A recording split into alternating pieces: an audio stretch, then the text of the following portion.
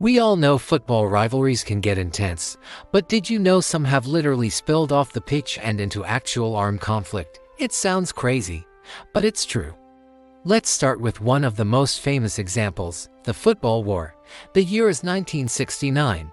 Tensions are already high between El Salvador and Honduras, mostly due to immigration and land reform issues. Then came the World Cup qualifiers. The two nations were set to play a three-game series to see who would go to the 1970 World Cup in Mexico.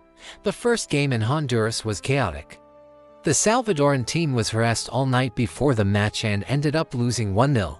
For the second game in El Salvador, the tables turned.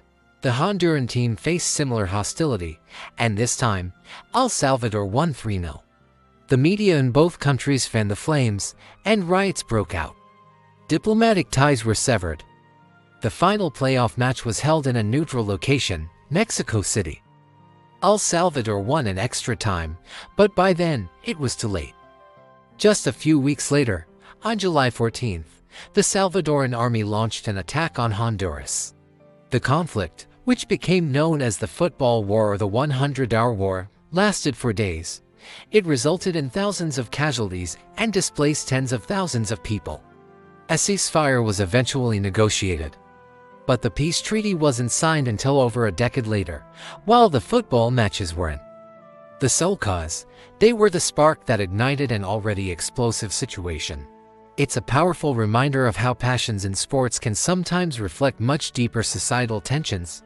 Another, perhaps less direct, but equally chilling example is the rivalry between Red Star Belgrade and Dinamo Zagreb.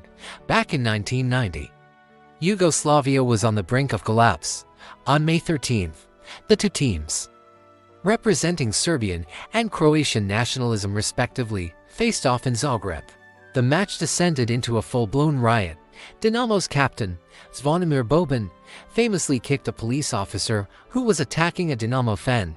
For many, this moment symbolized Croatia's defiance against Serbian-dominated Yugoslavia.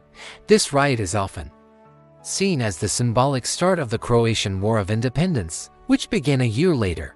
The ultras from both clubs would go on to form the core of paramilitary units in the brutal Yugoslav wars. It's a sobering look at how a football stadium can become a stage for political conflict. These stories show how the beautiful game can sometimes get tangled up in the ugliest parts of human history. It's a fascinating, if not terrifying, side of football we don't often talk about. Thanks for watching, and if you found this interesting, don't forget to like and subscribe for more deep dives into the world of sports. See you next time.